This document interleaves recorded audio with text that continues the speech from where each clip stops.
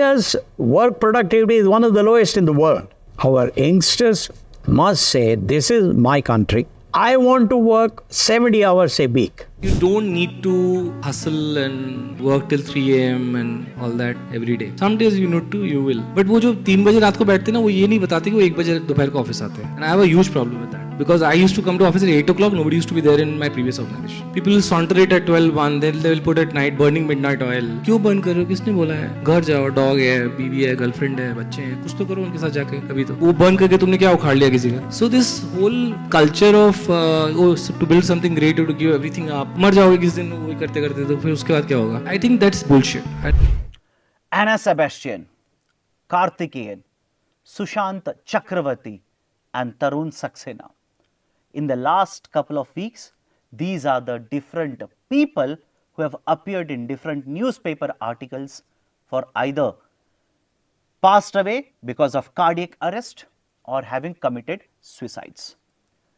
And because of these deaths, now there has been a lot of discussion regarding, is there a toxic work culture that is being followed by companies in India, including the domestic as well as the multinational corporations, which is leading to higher pressure on the workforce, and some of them are committing suicides because of this kind of a workload.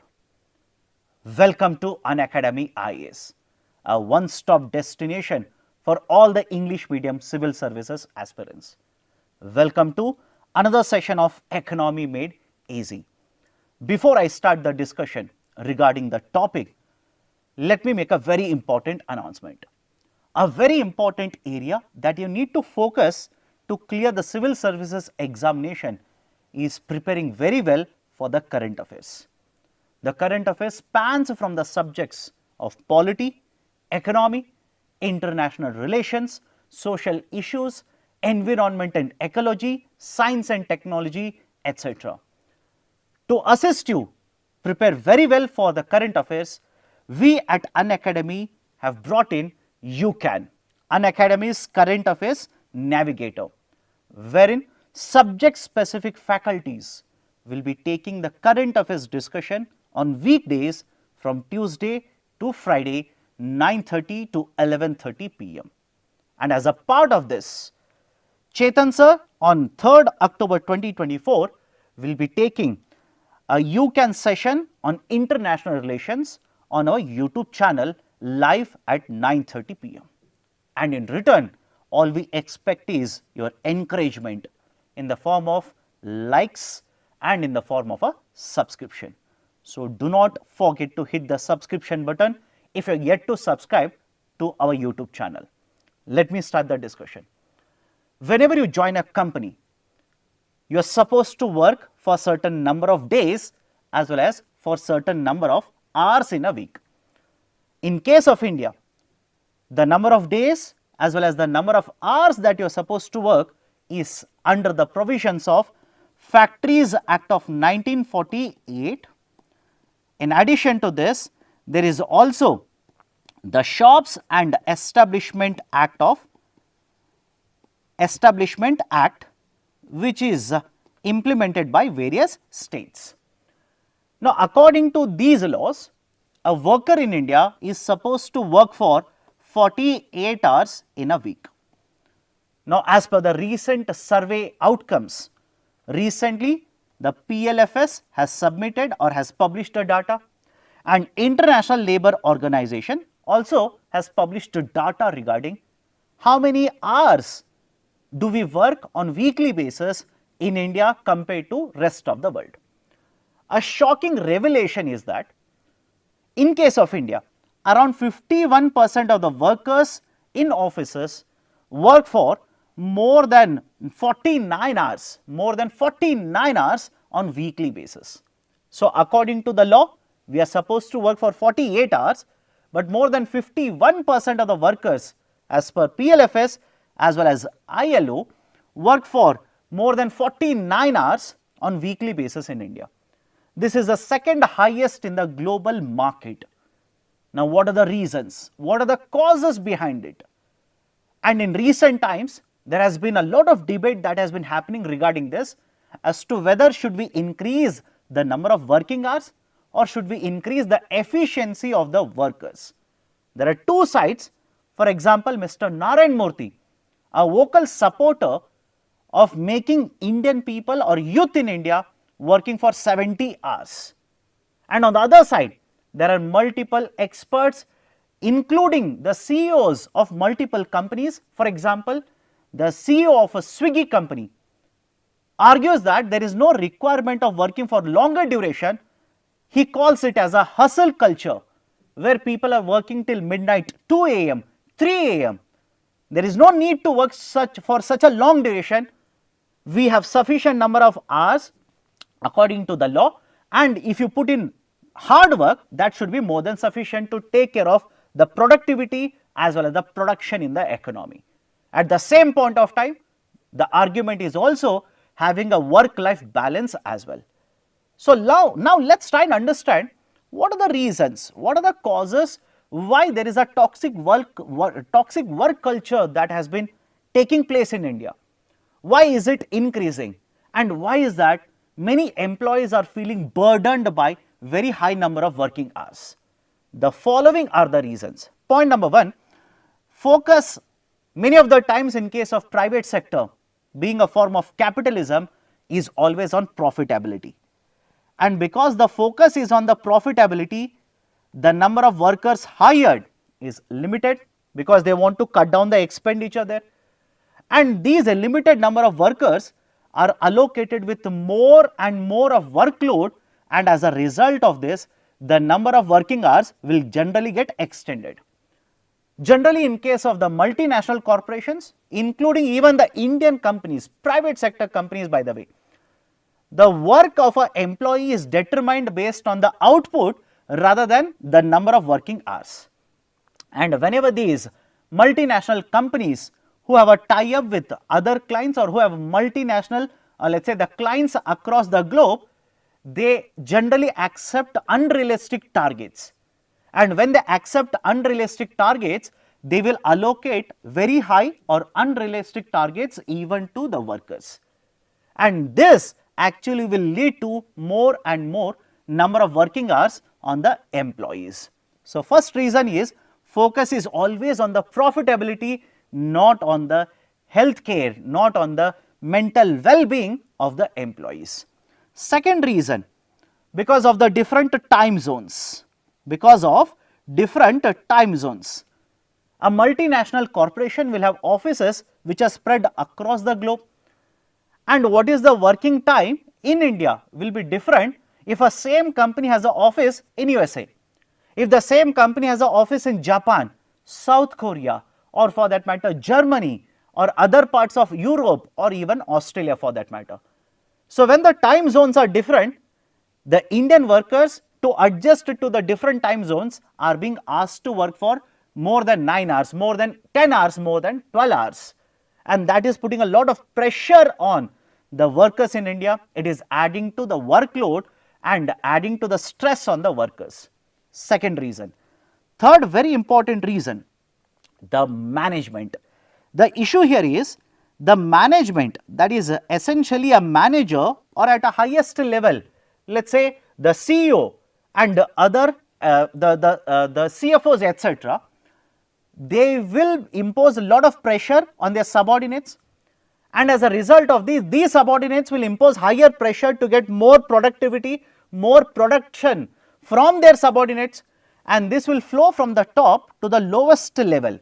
This will flow from the top to the lowest level, that is a ground level worker, and ultimately it is this ground level worker who is asked to work for extended number of hours, irrespective whether they are bachelors, married, or they want to take a trip etc., doesn't matter, they are forced to work for longer duration.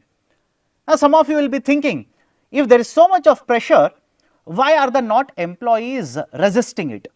Why are they not raising a voice against such practices? Generally, this is the fourth very important factor here. Generally, including even in the public sector enterprises now, there is a concern that if I raise the voice, if I oppose the work allocated to me by the manager, my transfers could be done. I could be transferred to other region. That is one concern. or my promotion could be held up. My promotion would be held up because the manager is the person who is supposed to recommend my name. The promotion could be held up. What about the salary hikes? The salary hikes can also be held up, etc.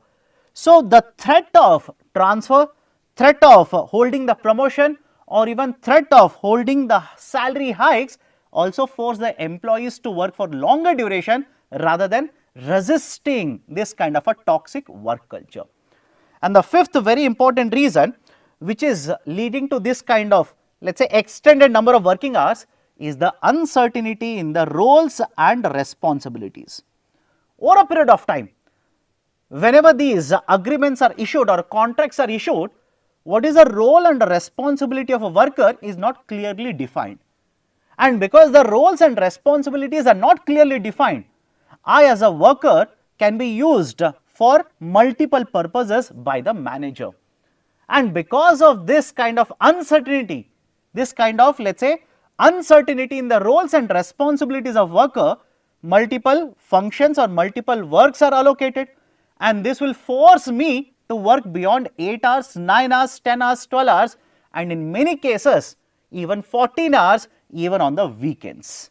So, these are some of the reasons why there is a rising tendency or there is an increasing tendency of the employees working for more than 48 hours on let us say on weeks or in a week for these companies. And this is prevalent not only in case of the private sector companies, mind you, it has been found to be even in case of public sector companies as well. So, what is the solution then?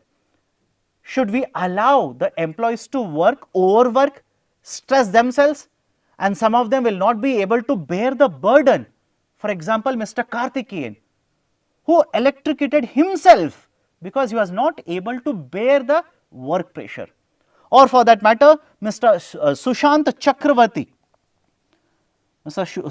Chakravarti, who committed suicide very recently, who jumped into a lake because he was not able to manage the workload. That was the amount, or that was a huge amount of a workload that was imposed on him by the managers. Should we allow this to continue? Of course no. So, what is the solution then? So, the way forward, the solution to this will be: 1, try to implement the laws which are intended to protect the interest of the workers. The companies themselves should come forward, try to promote a proper work-life balance in their employees. And one way to start this is to ensure they are working 48 hours, up to 48 hours according to the company's requirement, or let us say under the provisions of the Factories Act and the Establishment Act. So, that is the first. Second one, after the working hours are over, we should implement the concept of right to disconnect. Right to disconnect, which is very well implemented in Australia, by the way. What is this idea of a right to disconnect? Essentially, after the office working hours are over, you will not be replying to any office correspondence, that is let us say the mail. You will not be replying to any text from your manager. You will not be attending any calls of the office after the office hours are over. Right to disconnect, that can also be implemented. Third one, the management should take an initiative, and this is being done in multiple companies now. The management should take the initiative to set up systems where the employees who are feeling anxiety, who are under a lot of stress or burden like this, they should have an outlet. For example, having counseling sessions, and of course, whatever is done by the management, it should be done in a confidential manner, because generally there is a concept of a social stigma which is attached in Indian society whenever you are feeling anxiety or a stress, etc. So, a confidential way to have counseling for these kinds of employees. Fourth one, why don't we have a setup where periodic feedback is taken from the employees, from the top level management. For example, have sessions, have seminars, have open house discussions where every employee is allowed to participate, talk to the top management, and provide their feedback, whether positive, negative, or let's say any grievance of these employees or etc. Why don't we have this kind of a system wherein the top management will directly speak to the employees, hear their grievances, try to address their grievances, so that these employees do not feel overburdened, do not come under panic attack, etc., etc. So, these are some of the recommendations that have been provided by many experts regarding the way forward of this issue of overburdening the employees in India. So, these are certain things I wanted to discuss with you people regarding the recent issue of the toxic work culture that has become a very important current affairs topic. If you like this initiative, do hit the like button, and if you yet to subscribe to our YouTube channel, kindly do it right now. Thank you. Have a great day.